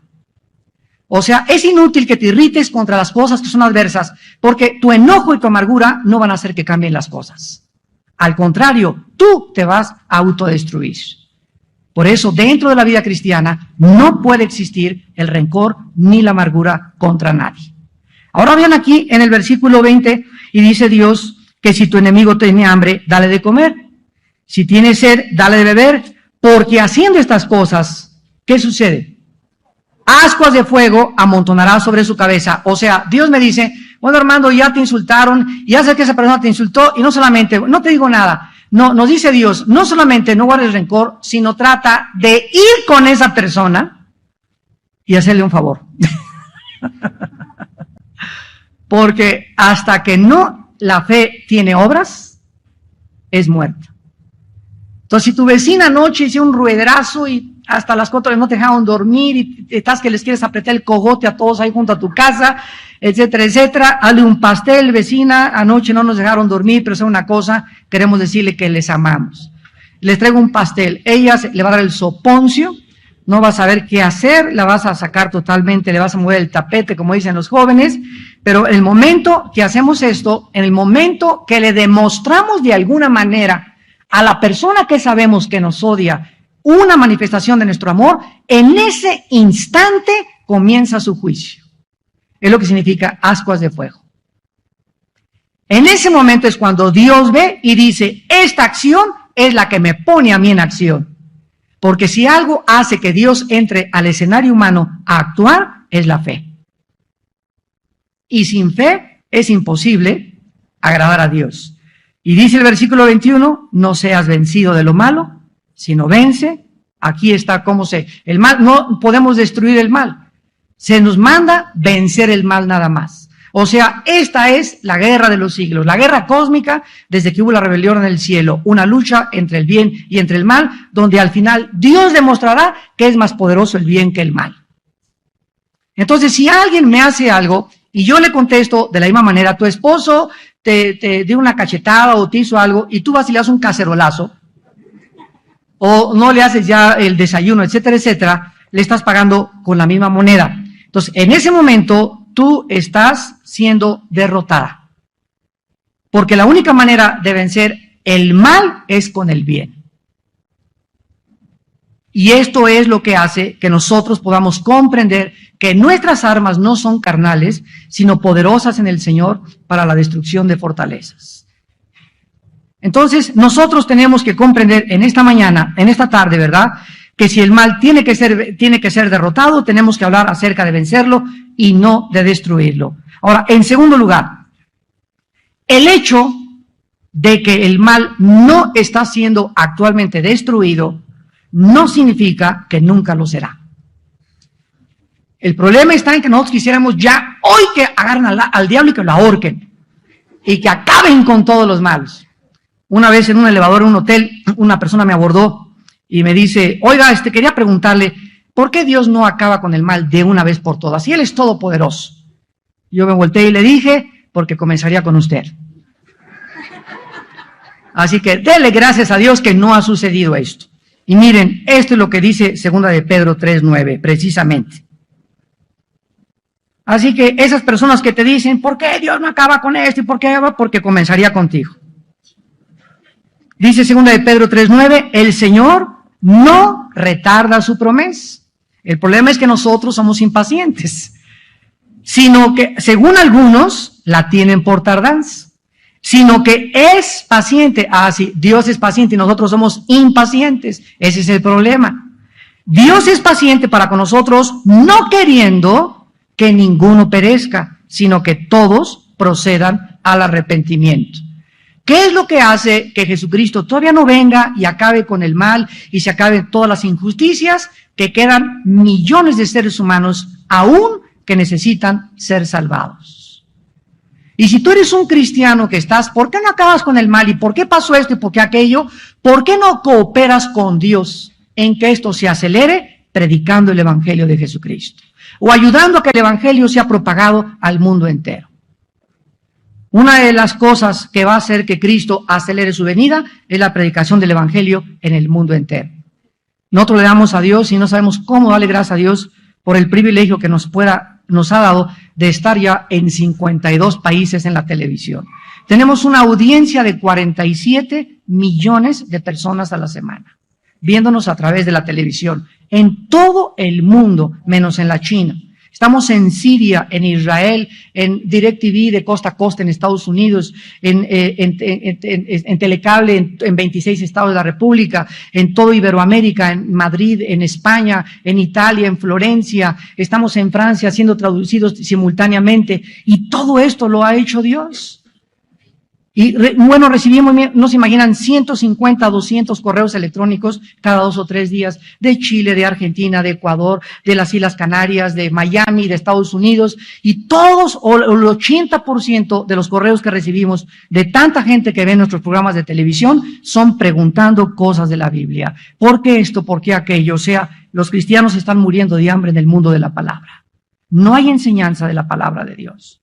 Hay herejías, vientos de doctrinas, cosas horribles. Les voy a dar un ejemplo. Nos llegó un correo anoche y mi esposa me lo leyó. Me dice, mira, viene de Puerto Rico, Armando, y mira lo que dice. Hermanos, quiero decirles que yo hubo una iglesia en Puerto Rico, etcétera, etcétera, y llegamos el domingo y no encontramos a nadie, ni las bocinas, ni los micrófonos, ni nadie. El pastor se llevó todo. Estas situaciones están sucediendo en el mundo. Llegó el pastor y se llevó con todo lo que estaba en la iglesia. O sea, levantó una iglesia por 8 o 10 meses y compró y le sacó dinero a la gente, y ya que compró todo, ¿verdad? Y lo puso a su nombre también los terrenos, agarró y se llevó todo. Esto está pasando en el mundo que se dice cristiano. Y no nos sorprendamos porque Cristo dijo que los engañadores irían de mal en peor y habría falsos profetas, como hubo en el Antiguo Testamento, falsos profetas. Por eso vivimos tiempos peligrosos donde tú necesitas saber a dónde caes, con qué iglesia estás. Necesitas discernimiento para poder evaluar, y cualquier persona que nace de la noche a la mañana y ya soy pastor, etcétera, etcétera, ten cuidado de él. Porque un pastor no se hace el vapor, tiene que tener una trayectoria, tiene que tener cobertura de hombres maduros, de líderes que lo hayan visto, que lo hayan experimentado, tiene que ser probado con las mujeres, con el dinero, con el orgullo y con la popularidad. Son años para que una persona se convierta en un siervo de Dios. Pero este es el tiempo de que todo es microondas, café instantáneo, sopa marucha instantánea, pastores instantáneos. Vean Apocalipsis 11. Entonces, el hecho de que el mal no sea destruido ahora no significa que nunca lo será. Y lo estamos viendo en estos pasajes. Dice Apocalipsis 11, 16 al 18, y los 24 ancianos que estaban sentados delante de Dios en sus tronos, se postraron sobre sus rostros y adoraron a Dios, y diciendo: te damos gracias, Señor, Dios Todopoderoso, el que eres y que eras y que has de venir, porque has tomado tu gran poder y has reinado. Y se airaron las naciones, y tu ira ha venido, y el tiempo de juzgar a los muertos, y de dar el galardón a tus siervos los profetas, a los santos y a los que temen tu nombre, a los pequeños y a los grandes, y de destruir a los que destruyen la tierra. Así es, el libro de Apocalipsis nos revela claramente que se acerca el tiempo en el que Dios juzgará a los vivos y a los muertos, donde Dios juzgará a unos a la izquierda, a las ovejas a la derecha, y les dará recompensas. Entonces, el hecho de que en este momento no veamos nosotros que hay justicia no implica que no la va a haber. La Biblia nos habla que se acerca esta época en la que habrá justicia. Ahora fíjense, el libro de Efesios es uno de los libros, sobre todo el capítulo 1 de Efesios, es uno de los capítulos más profundos del Nuevo Testamento. Y en el libro de Efesios, capítulo 1, el apóstol Pablo hace una oración. Y dice el apóstol Pablo: Señor, yo te pido que les des a los cristianos de esa iglesia un espíritu de sabiduría y de revelación en tu conocimiento, alumbrando los ojos de su entendimiento, escucha, para que sepan la esperanza a la que han sido llamados. O sea que, para que yo pueda despertarme mañana con esperanza, porque si no tengo esperanza, ¿qué es esperanza? El saber que hay un futuro mejor, que las cosas van a mejorar, que mi Dios no me dejará, que no me desamparará. Pero para que yo pueda enfrentar la vida con esta esperanza, necesito luz, alumbrando los ojos de su entendimiento. Tú tienes que entender, hijo e hija de Dios que me escuchas, que hemos sido llamados a esperar de los cielos a su Hijo Jesucristo. Dice en Tito 2, aguardando la bienaventurada esperanza y la manifestación gloriosa de nuestro Dios y Señor Jesucristo. Entonces, hemos sido llamados a tener paciencia. Y el mundo, por la impaciencia que tiene, se casan con la persona equivocada, se casan antes de tiempo, se adelantan y saltan a privilegios del sexo antes de casarse, roban, quieren ya esa casa, quieren ya prosperar dentro del cristianismo, líderes que ya quieren ser populares, ya quieren ser esto, compiten contra esa iglesia, yo también quiero tener esto. Y ese espíritu de competencia y de impaciencia es lo que te impide recibir de Dios. Otros quieren imitar la manera de predicar de Benny Hinn, y hay 50 clones de Benny Hinn. Y hay 50 de este pastor, y nadie espera a ser el original, a ser usado como Dios te tiene que usar. ¿Por qué? Porque queremos ser como los demás, porque no conoces tu identidad. Se llama pérdida de la identidad. ¿Quieres ser como Madonna? ¿Quieres ser como Britney Spears? ¿Quieres caminar como Julio Iglesias? ¿Quieres cantar como el Charro Avitia? Etcétera, etcétera. Siempre tratando de ser alguien que tú no eres, porque tú no tienes tu identidad, no la conoces, y Cristo vino a recobrar nuestra identidad. Entonces te das cuenta que necesitamos luz en el entendimiento para saber la esperanza a la que hemos sido llamados. Y esta luz diario la tienes que recibir de la palabra de Dios. En Apocalipsis 20:10 dice la Biblia: y el diablo que los engañaba fue lanzado en el lago de fuego y azufre, donde estaban la bestia y el falso profeta, y serán atormentados día y noche por los siglos de los siglos. La Biblia sí habla y sí menciona del final de Satanás. Dios ha permitido en todo este tiempo que se llama la dispensación de la iglesia, que ande suelto, y el mismo Satanás es un instrumento de Dios en su sabiduría, aunque yo no pueda ver sus propósitos y lo estoy comenzando a entender. Él detrás de eso tiene un propósito y lo usa como nuestro adversario, para que Él se oponga a nosotros y sea el instrumento de nuestra resistencia. Hace mucho tiempo, cuando estaba jugando fútbol americano en high school, estaba en una escuela internado en Estados Unidos, el coach nos decía: mira, esa persona, yo estaba así junto con él y me estaba enseñando cómo venían y le pegaban, nos ponían unas muelles de así grandísimas para pegar con colchones a la muelle. Entonces, cuando un jugador, el coach, el entrenador veía que empujaba la muelle, le decía al asistente: ponle 2 muelles más. Entonces llegaba el jugador y ¡pum! Y ya con el coach: oiga, no se vale, si ya me puso usted más resistencia, ahora está más duro empujarla. Y el coach le contestó y le dijo: porque he visto que tú puedes empujar más. Entonces, a mayor empuje, más resistencia le ponían, para que empujara aún 3 veces más. Nosotros no podemos saber la capacidad que tenemos de enfrentarnos a la vida hasta que no enfrentamos la adversidad. Si Dios ve que a la primera de cambio alguien llegó y: ay, hermano, me dijeron fuchi, ya no regreso a la iglesia, por eso ya se fue de la iglesia el hermano, ay, el pastor me exhortó y me habló muy feo, ay, si tú eres una persona hipersensible, que no aguantas nada, Dios no te va a poner ya más muelles. Ahí te va a dejar y le va a decir: no la toquen, no toquen a doña Chole porque chilla.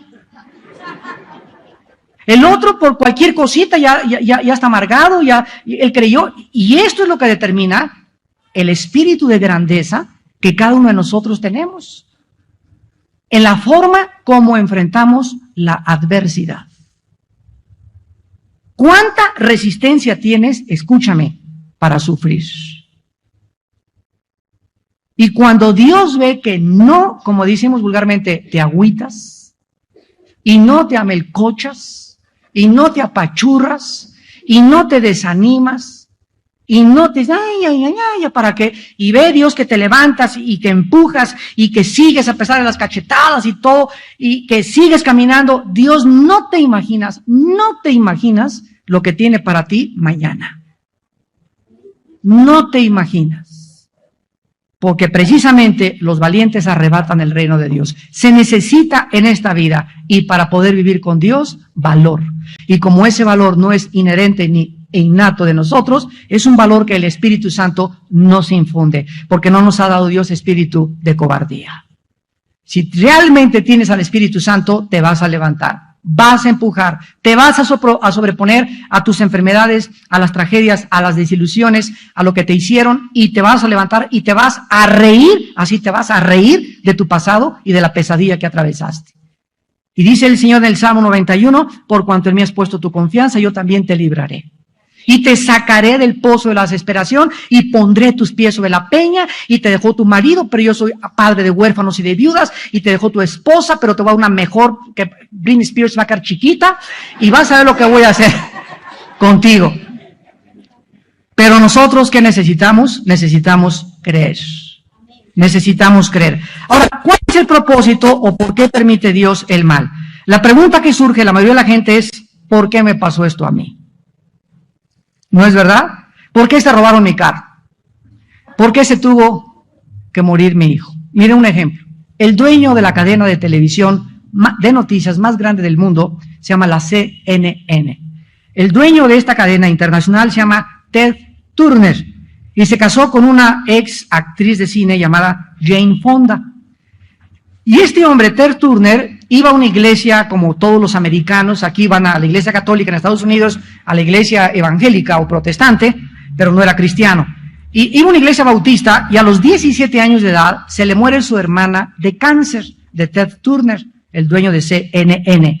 Y él dice en sus memorias que clamó: Dios, si tú eres Dios, sánala. Y como Dios no la sanó y se murió, a los 18 años se hizo ateo. Se amargó contra Dios y hasta la fecha es uno de los hombres que más odian a los cristianos y a la Biblia en el mundo entero. Él hizo los 10 mandamientos de Ted Turner.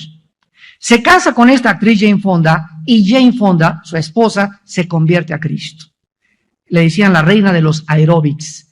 Se convierte a Cristo hace 9 años y comienza a crecer, a discipularse a escondidas de él, y llega el momento, esto lo escribe ella en su libro que acaba de salir, donde lo confronta con Cristo. Ella sabía que él odiaba a los cristianos, pero ella dijo, yo no puedo ya ocultarle a mi esposo que soy hija de Dios. En ese momento él le dijo, yo no quiero saber absolutamente nada de tu vida, agarra tus maletas y lárgate de la casa. Y entonces aceleró el divorcio y se divorciaron, y ella en su libro escribe, estuve casada con un hombre, fueron como 10 años los que estuvo casada con él, con el hombre más rico del mundo, un hombre que tiene lo que él quiere, cualquier sueño, cualquier deseo, lo tiene por su influencia y su poder. Sin embargo, nunca, dice Jane Fonda, he conocido un hombre más vacío, más confundido, más amargado y más infeliz que Ted Turner. Y ahí está todo el libro de Eclesiastés escrito hace 3000 años, del rey Salomón, que Ted Turner parece el niño del coro comparado con él. Porque Salomón, ¿verdad? Tuvo los asientos donde sentaba eran de oro. Tenía 1000 mujeres, esposas, amantes, cantores. Bueno, dice, no negué a mis ojos nada que mis ojos pudieran desear. Y después dije, vanidad de vanidades es la vida. ¿Por qué, verdad? Porque este hombre no pudo explicar por qué se murió su hermana y la agarró contra Dios. ¿Por qué existen terremotos, huracanes, inundaciones? Fenómenos naturales que se llevan y desbastan miles de seres humanos. Miren lo que pasa. Cuando hay una catástrofe, como por ejemplo las Torres Gemelas de Nueva York, donde se estrellan 2 aviones con más de 40 pasajeros y mueren más de 3000 personas en las 2 torres, y vemos que se mueren colectivamente miles de seres humanos, nos impacta ver una muerte colectiva. Cuando hay un terremoto y se lleva a 1000 o 2000 personas, nos impacta que hayan muerto 2000 o 3000 personas. Pero nunca nos hemos detenido a pensar lo siguiente. Esas personas que se murieron en las Torres Gemelas bajo el avionazo y los que se murieron en el terremoto, de todas maneras se iban a morir. Algún día se iban a morir. O sea, diario se mueren 73,000 personas en Estados Unidos. Pero se mueren aisladamente y no nos damos cuenta. O sea, diario es la vida y la muerte a nuestro alrededor. Pero cuando se mueren colectivamente, a nosotros se nos hace algo mal. Y comenzamos a decirle a Dios, ¿por qué te vas a decir? Bueno, hay niños que nadie sabe, se están muriendo ahorita de leucemia. Hay niños que mueren en un terremoto, una inundación, se llevan a familias enteras, pero de todas maneras todos tenemos la misma cita con la muerte. Pero lo que nos impacta es que se mueran al mismo tiempo muchas personas. Entonces, todos nosotros, tarde o temprano, nos tenemos que morir. Y si todos nos tenemos que morir, ¿habríamos nosotros de decirle a Dios la forma como vamos a morir? Todos quisiéramos morir, ¿verdad? Así con una paleta y en la camita, no muy grandes, ¿verdad? Con salud, y que de repente, pum, cerramos los ojos y ya los ángeles ahí, Gabriel y hasta Juan Diego ahí junto a ti. Desgraciadamente, no podemos dar muchas veces respuestas que satisfagan el alma humana que están atravesando diferentes desgracias, pero para aquellas personas en esta noche que usan estos argumentos, es otra cosa, para negar la existencia de Dios, porque si Dios es bueno, no permitiría que tantas tragedias, que se cayeran aviones, etcétera, etcétera. Para esas personas que usan estos argumentos y los esgrimen filosóficamente para negar la existencia de Dios, podemos darles algunas respuestas. ¿Saben ustedes cuál es el argumento de estas personas? Déjenme parafraseárselos en 3 puntos. Número 1, no existe, dicen estos ateos, un buen propósito para el sufrimiento. Si el sufrimiento existe, no puede haber algo detrás que sea bueno. Bueno, hay que llevarlos a la cruz, ¿verdad? Como iniciamos esta conferencia. Ahí la cruz te desmiente lo que estás diciendo, porque cualquiera hubiera dicho, ¿cómo puede haber detrás de esta muerte horrenda, cruenta, sanguinaria, algo bueno? Y lo vemos después que lo comprendimos. Número 2, un Dios bueno no tendría un buen propósito para todas las cosas. Y número 3, así pues, no puede existir un Dios que sea bueno. Esta es la argumentación que una persona en el Canal 11 hace 12 años me retó en el Politécnico para decirme que por eso él no creía en Dios. Vean ustedes la respuesta de 2 maneras. La primera, necesitamos hacer una distinción inmediatamente, porque existe una diferencia entre nuestro conocimiento del propósito del mal y el propósito que Dios tenga para permitir el mal. Me voy a ir más despacio. Existe una diferencia entre el conocimiento, o sea, ¿qué ser humano puede decir, yo sé por qué sucedió eso? Tendrías que ser Dios. Como no sabes por qué sucedió eso, lo atribuyes como que es algo malo, porque no te gusta que hubiera sucedido. Entonces te peleas contra Dios, porque tú no puedes creer que haya algo bueno detrás de eso malo que sucedió. Ese es el problema. Pero sin embargo, tenemos que recordar que Dios sí puede tener un propósito para permitir lo que ha sucedido. Entonces, si Dios es infinitamente más grande y más poderoso que nosotros, y Él forzosamente cosas que nosotros aquí abajo como la crucifixión, repito, no entendemos, no significa que Él no tenga o que Él tenga el mismo propósito que le atribuimos nosotros a las cosas malas que suceden, porque Él es Dios. Y Él tiene propósitos, si Él es Dios, infinitamente más sabios. El problema está que los queremos ahorita saber. Ese es el problema, queremos ahorita saber por qué pasó esto. Y Dios nunca nos contesta de esa manera. Ahora bien, entonces, aunque no conozcamos el propósito de Dios, por qué te robaron tu coche, por qué te asaltaron, sin embargo, la Biblia dice en Romanos 8:28 que todas las cosas a los hijos de Dios y a las hijas de Dios, ¿qué les sucede? A los que aman a Dios son para su bien. Hace 2 meses una muchacha ahí en la iglesia del norte se acercó con mi esposa y yo. ¡Ay, hermano pastor! Chencho se fue, es un desgraciado, yo fui buena con él, ¿y qué cree? Se fue con mi mejor amiga. Dios, si Diosito sabía que yo lo quería y que hasta nos íbamos a casar ahora en octubre, etcétera, etcétera. Y a la semana que esta hermanita se acercó a consejería con mi esposa y conmigo, se le atravesó otro chencho. Y cuando conoció en una semana, si no pasó ni una semana, mi esposa le dijo, mira, híncate, ora. ¿Sabes una cosa? Te voy a dar un secreto, le dijo a mi esposa. Siempre que no entienda lo que está pasando, alaba a Dios. Alábalo.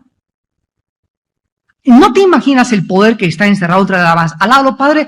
No entiendo, lo vamos ahorita en Job, pero tú lo hiciste. Yo no sé qué está pasando, en este momento no veo un propósito por el cual no lo puedo entender, si nos íbamos a casar, etcétera, etcétera, pero yo te alabo porque tú eres infinitamente sabio y sé que tienes algo mejor para mi vida. Cuando tú, amado santo, amada santa, cuando tú entras con esta actitud en la vida y tienes esta respuesta hacia la adversidad que no puedes explicar qué se encuentra detrás de eso malo que te sucedió y Dios ve que tú le alabas, esta es una demostración de que tú crees en Él. Y Dios se pone en acción y vas a ver en paracaídas lo que te va a mandar. Entonces esta muchacha le habló a mi esposa, hermana, ¿qué cree? Pastora, fíjese que este muchacho y está en un seminario y el otro ni siquiera tenía trabajo. Y dice mi esposa, ¿ya ves? ¿Ya ves? Y ahora, después de una semana, entendió lo que una semana anterior no podía entender y cuando lo entendió, alabó a Dios y se dio cuenta que lo que ella llamó malo una semana antes era que Dios había metido cirugía precisamente para quitar un tumor que le iba a hacer sufrir más adelante peor en su vida. ¿Te das cuenta? Nosotros no podemos ver muchas veces que Dios sí tiene un propósito para lo que nosotros llamamos al principio bueno. Entonces, no podemos asumir, para concluir esta primera respuesta, no podemos asumir que no existe un buen propósito para algo solo porque no conocemos lo que Dios tiene detrás. Esto es incongruente hasta filosóficamente. Y en segundo lugar, algunos males nos traen bienes mejores. Vamos a verlo en la Biblia. Si José no hubiera sido vendido por sus hermanos, no hubiera sido casi abortado por su familia, no hubiera sido encarcelado por su pureza, jamás José, si no hubiera pasado esas cosas que al principio él llamó malas, pero que desarrolló el bendito hábito de no amargarse en la cárcel, no amargarse contra sus hermanos, mantener su confianza en Dios, si él no hubiera mantenido esa confianza, no entiendo por qué lejos de mi casa mis hermanos me odian, mi familia no me quiere, ahora por mi pureza estoy en la cárcel, perdí mi trabajo por ser cristiano, pero te alabo y te bendigo, Señor. después de que pasó todas estas cosas, entre comillas, malas, todas esas cosas que eran malas, eran el programa de Dios para que él se convirtiera en el gobernador de Egipto y toda su familia pudiera entrar a Egipto, trabajar en Egipto y servir al faraón. Veamos al terminar el libro del Génesis, capítulo 50, esta verdad. ¿Te das cuenta? Pero si tú no tienes ese hábito de, ay, pues a mí puras desgracias, hermano. Me dejó a mí 2 esposos, el que cuando estoy me pega, esto me está pasando, bla, bla, bla, bla, bla. Me violaron cuando era niña, me corrieron, me acusaron, me calumniaron por aquello, bla, bla, bla. Si tú eres cristiana y estás atravesando adversidades, pero tú estás viviendo una vida, no que te sonó tu esposo porque tú también le diste un cacerolazo, sino porque eres cristiana. Si estás sufriendo por causa de Cristo, se va a convertir para tu bien, para que no me vayas a malentender. Entonces, cuando es por causa de Cristo, como José, se aguantó, no entendía por qué lo vendieron, por qué le pasó aquello, pero dice Génesis 50, versículo 20. Vosotros, les dice a sus hermanos, pensasteis mal contra mí, mas Dios, ¿qué cosa? O sea, ¿quién es Dios? Es el Dios que los limones que nos avienta, los hace agua de limón. Ese es el Dios que servimos. Es el Dios que las flechas que nos hieren y que nos lastiman se convierten después en nuestra propia armadura. Es el Dios que detrás de todas aquellas cosas que el mundo llama, porque no entiende, sufrimiento o malas, Él tiene detrás un propósito maravilloso que está contribuyendo para formar tu carácter. Todo lo que le hicieron en su familia, dice José, Dios lo convirtió, Dios lo envolvió y Dios lo transformó y me bendijo. Y ahora que veo la bendición por la paciencia y porque pude desarrollar el hábito de reconocerlo en todos mis caminos, los perdono, no tengo rencor contra ninguno de ustedes. Job, ¿qué le pasó a Job? Perdió familia, perdió hijos, perdió todo.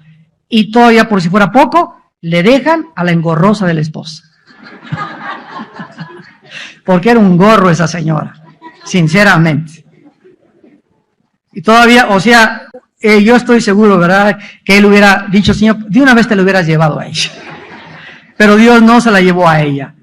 Entonces nos damos cuenta, ¿verdad?, que detrás de todas estas cosas existen cosas maravillosas que nosotros aparentemente no podemos contestar.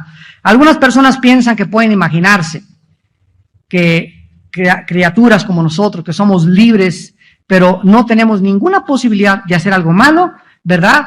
¿No habría esto sido mejor para Dios? O sea, haber creado seres humanos que no hicieran nada malo. Esto es una imposibilidad teológica porque, repito, no existiría la libertad.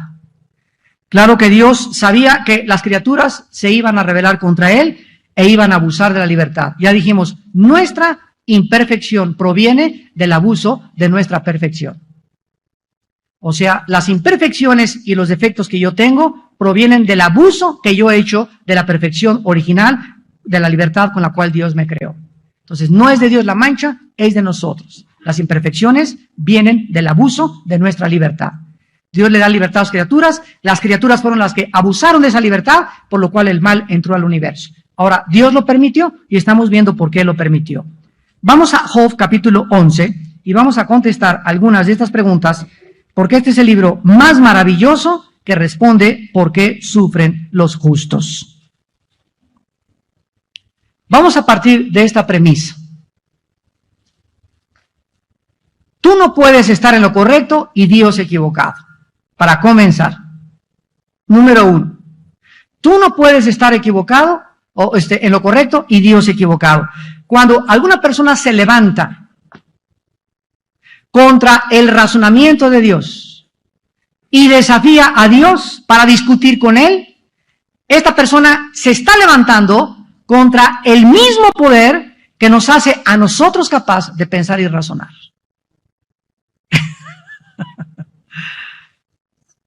En el 2005 lo vas a entender. Cuando una persona desafía a Dios, ¿por qué esto se argumenta en mi mente finita de ratón de renacuajo que tengo? Bla, bla, bla, bla, me estoy levantando contra el mismo poder que me dio esa mente. Qué absurdo, ¿verdad? Es como tratar de cortar la rama que te está sosteniendo en el árbol. Exactamente lo mismo. Dice en Job capítulo 11, versículo del 7 al 9, Job 11, del 7 al 9, ¿descubrirás tú los secretos de Dios? ¿Dios tiene secretos? Si hubiera algún ser humano que conociera todos los secretos, pues ya no necesitaría a Dios, porque sería Dios. Entonces, si Dios es Dios, tiene que haber cosas escondidas que nosotros no comprendemos, ni entendemos, ni sabemos. ¿Los descubrirás tú? Imposible, porque para que nuestra mente alcance la infinitud de la mente de Dios, repito, tendríamos que ser como dioses, y no lo somos. ¿Llegarás tú a la perfección del Todopoderoso? Son preguntas relevantes que inmediatamente nos muestran la insensatez del alma humana. Dice Job, es más alta que los cielos, ¿qué harás?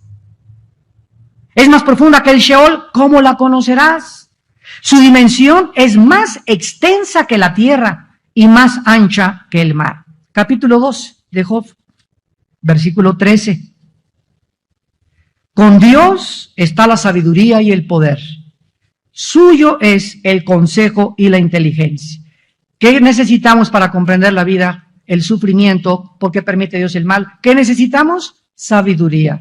Esta no la tenemos. ¿Quién nos las tiene que dar? Dios. ¿Por qué? Porque es de Él.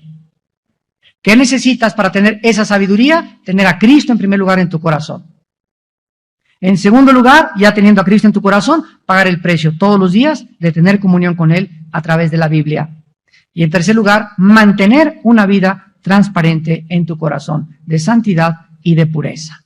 Y Dios te revelará los secretos profundos de su conocimiento. Créemelo. Vale la pena ser santos. Versículo 16 y 17. Con Él está el poder y la sabiduría, suyo es el que yerra y el que hace errar. Él hace andar despojados de consejo a los consejeros y entontece a los jueces. Job capítulo 28, versículos 12 y 13. Job 28, 12 y 13. ¿Mas dónde se hallará la sabiduría? ¿Dónde está el lugar de la inteligencia? ¿En la Universidad de Harvard? ¿En los montes Himalayas con los gurús, con tus padrinos? ¿Con el Dalai Lama? ¿Con Hare Krishna? ¿Con Buda? ¿Con Maciel, el jefe de los legionarios de Cristo? ¿Con el Papa? ¿Dónde está la sabiduría? Podríamos decir que en este planeta, para nada, la sabiduría se encuentra en Dios. Y dice el versículo 13, no conoce su valor el hombre, ni se halla en la tierra de los vivientes. Jesús dijo, yo he venido del cielo, yo soy la verdad, el camino y la vida. Dice Colosenses 2, en Cristo están encerrados todos los tesoros de la sabiduría y del conocimiento. Versículo 20 y 21, ¿de dónde pues vendrá la sabiduría? ¿Y dónde está el lugar de la inteligencia? Porque encubierta está a los ojos de todo viviente, y a toda ave del cielo lo oculta. Capítulo 33 de Job. 33, versículo 13. ¿Por qué contiendes contra Él? O sea, contra Dios. Porque Él no da cuenta de ninguna de sus razones. Así, síguete rompiendo la cabeza contra la pared. Por eso, todos, o el 80% de los ateos murieron locos. El más grande ateo del siglo XX, Friedrich Nietzsche, que escribió, Dios está muerto, a los 38 años se volvió homosexual y a los 41 años murió loco en un hospital psiquiátrico. El que dijo que Dios estaba muerto, murió y Dios seguía viviendo. Jean-Paul Sartre, el padre del existencialismo francés, en los 60 escribió el libro La náusea, El muro, dos de sus obras clásicas más famosas de la literatura atea, y al acabar el libro La náusea dice, toda mi vida me he dado cuenta que esto es como un basurero, y es como un muro enfrente de mí que veo que ya no puedo pasar. O sea, él trataba por medio de su mente finita darle respuesta a problemas que trascienden la capacidad para poder tener las respuestas. ¿Y qué sucedió? Escribió el libro del muro. Me choco contra una pared y dice, aunque yo sé que Dios siempre me ha perseguido, muero desesperado porque es demasiado tarde para buscarlo.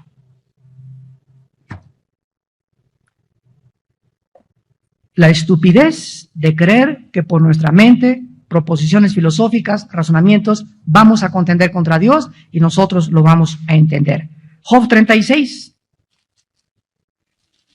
22 al 23. He aquí que Dios es excelso en su poder. ¿Qué enseñador semejante a él? ¿Quién le ha prescrito su camino y quién le dirá, has hecho mal?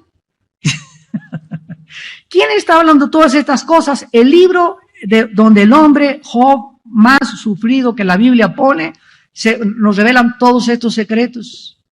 Y donde este hombre, Job, no sabía, él no podía, o sea, ¿por qué, señores? O sea, ¿por qué perdí mi familia? ¿Por qué mis propios? Si he sido un hombre bueno, recto, temeroso de ti, explícame. Y pasó un año y el cielo se cerró, no hubo respuestas del cielo.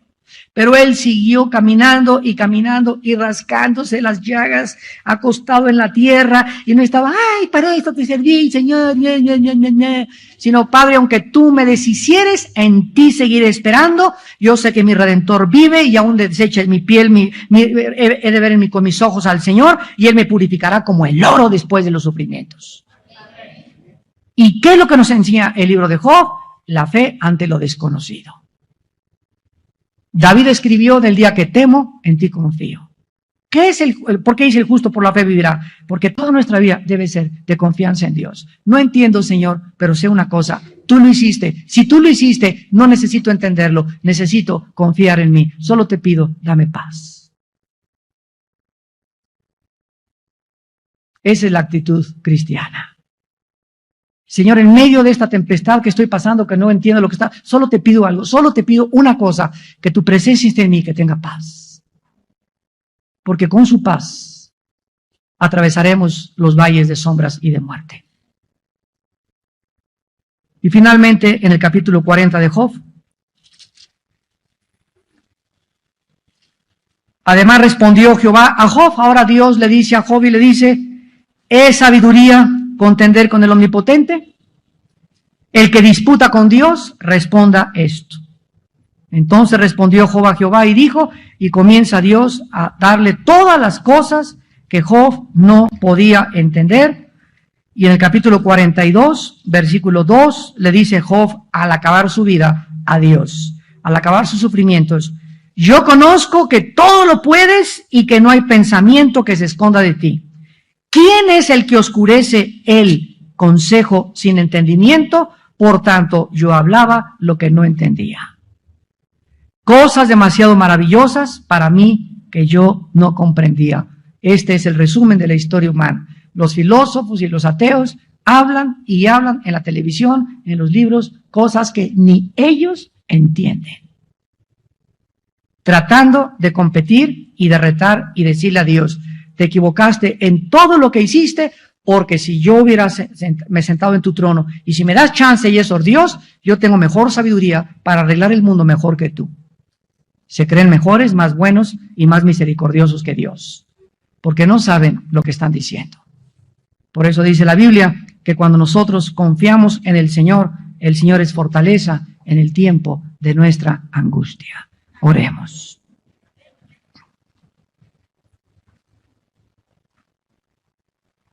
Señor, cuando oímos tu voz en la Biblia, enmudecemos. Oh profundidad de las riquezas y del conocimiento de Dios. Cuán insondables son tus juicios e inescrutables tus caminos. ¿Quién conoció la mente de Dios? ¿Quién le puede decir o aconsejar y decirle te has equivocado? ¿Quién puede atreverse a decirle que eres más justo que Él? ¿Podrá el hombre justificarse con sus palabras? ¿Podrá el hombre inmundo, en pecado y con su mente entenebrecida, encontrar la sabiduría de Dios? No podrá si Dios no nos la revela. Pero nosotros nos ha revelado el Espíritu, porque el Espíritu todo lo escudriña, aún lo profundo de Dios. Y cuando tenemos paciencia en la vida y amamos a Dios con todo nuestro corazón y nos santificamos cada día más y nos limpiamos de contaminación de carne y de espíritu, perfeccionando la santidad en el temor de Dios, Dios abrirá las puertas de nuestro entendimiento. Torrentes y ríos de conocimiento y de luz entrarán a nuestra mente y a nuestro corazón. Ríos de agua viva, de gozo y de seguridad y de esperanza habrá en nuestra alma para seguir viviendo para el Hijo de Dios. Oh Dios, qué grande eres. Si pudiésemos contar tus maravillas, no habría número para determinarlas. Tú conoces nuestros pensamientos aún de lejos. Los pelos de nuestra cabeza están contados. Tú sabes cuántos granos de arena hay en el mar y el nombre de los billones de estrellas que existen en tu universo. Tú eres muy grande.